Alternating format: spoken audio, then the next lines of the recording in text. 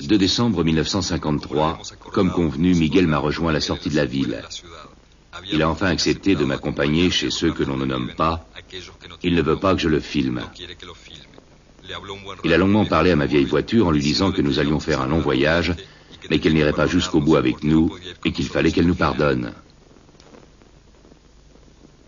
4 décembre, voilà 2 jours que nous sommes partis. Miguel m'a demandé de conduire la voiture.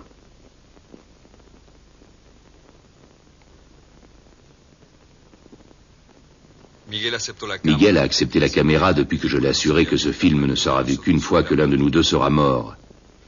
Miguel me dit qu'il ne sera jamais tout à fait mort. Miguel m'a dit que son père vivait au bord de l'autre monde. Il n'a pas voulu m'en dire plus. 5 décembre, nous arrivons chez le père de Miguel. Il me dit que son père est né un peu après le début du monde et qu'il est fatigué. Il n'est jamais surpris par ses visites, car il les rêve toujours 3 ou 4 jours à l'avance. Le soir, promenade dans le désert. Le vieux dit, il y a longtemps ici, il y avait un village, et puis il y a eu la Grande Guerre. Elle a effacé les routes et les hommes se sont perdus, et le désert a avalé les maisons vides. Le désert est toujours le plus fort. Le père de Miguel m'a dit que j'étais trop fragile pour les esprits du désert et qu'il valait mieux que je dorme dans ma voiture. C'est ce que j'ai fait. 6 décembre. Voilà plus d'1 heure que le père de Miguel interroge le désert. Vers 10 heures du matin, le père est venu parler à son fils. Il s'exprime dans un dialecte que seul Miguel peut traduire. Si le 2e jour on croise un lézard qui sur le chemin va de la gauche vers la droite, il nous faudra suivre sa direction. Si le 3e jour un oiseau tourne 2 fois au-dessus de nous, il faudra aussitôt s'asseoir et se défendre. C'est qu'ils ne seront pas prêts.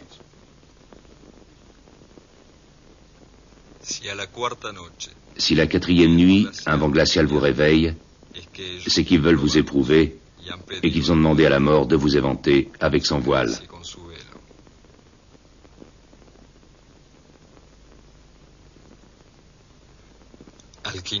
Le 5e jour, ils vous montreront peut-être quelque chose, peut-être rien du tout. Ils ont une grande puissance, mais ils se cachent, car ce qu'ils font n'est plus de notre monde. Ils capturent les paroles. Parce qu'aucune parole n'est juste, ils les enfoncent dans la terre. Notre mère terre est blessée par les paroles qui portent la folie. Et la nuit, elle se venge des hommes et les effraie en libérant les paroles. Et quand la terre parle toute seule, moi j'ai très peur et je me cache au fond de ma cabane.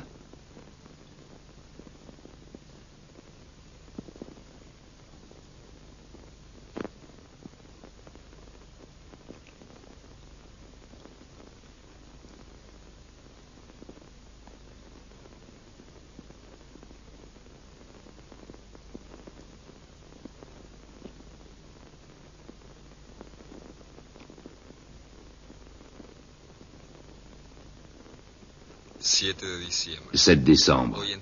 Aujourd'hui, nous entrons dans le pays où il pleut des pierres. Il ne faudra pas parler de toute la journée.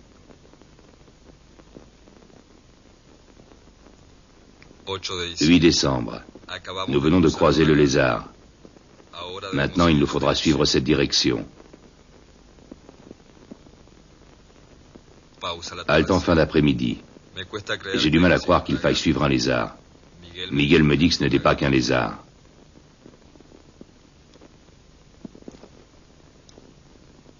9 décembre. En milieu de matinée, un oiseau au-dessus de nous. Miguel a peur que je le filme, car il pense que c'est dangereux. Nous sommes restés dans la pose que nous avait montrée le père de Miguel pendant plus de 3 heures. Plus tard, parti vers l'ouest. 10 décembre. De l'autre côté commence le pays de ceux que l'on ne nomme pas. Miguel me dit qu'ils peuvent se déplacer très vite sur cette immensité, car parfois ils sont vraiment là, d'autres fois ce ne sont que des rêves. Il ne veut pas m'en dire plus. Miguel pense que nous n'aurons pas longtemps à attendre. Soudain, je me rends compte que tout s'est passé comme son père nous l'avait dit. Je suis plus impressionné que je ne le laisse paraître. 11 décembre. Tôt ce matin, une silhouette est apparue sur le rocher. Devant moi, elle a foncé vers la paroi pour réapparaître au même instant, 500 mètres plus loin. Miguel m'a murmuré qu'elle se déplaçait avec le rêve. Je ne croyais pas à ce que je filmais. Ce soir, Miguel m'a demandé d'apparaître avec lui sur le film. J'ai un pressentiment, mais je refuse de l'admettre.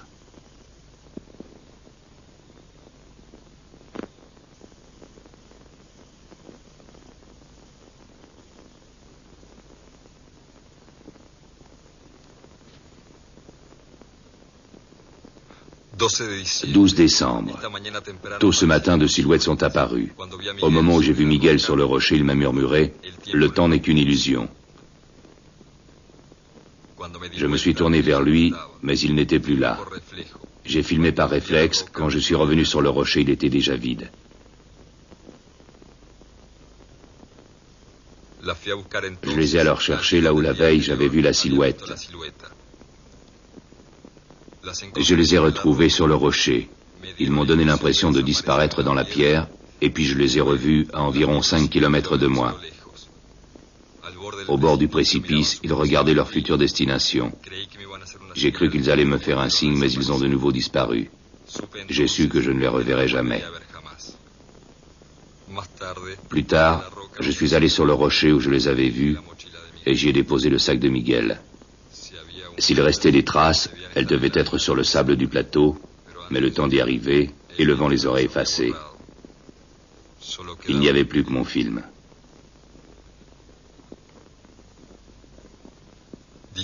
17 décembre. Je suis arrivé chez le père de Miguel. Il n'était plus là et le désert reprenait la cabane. J'ai fait celui qui n'était pas surpris.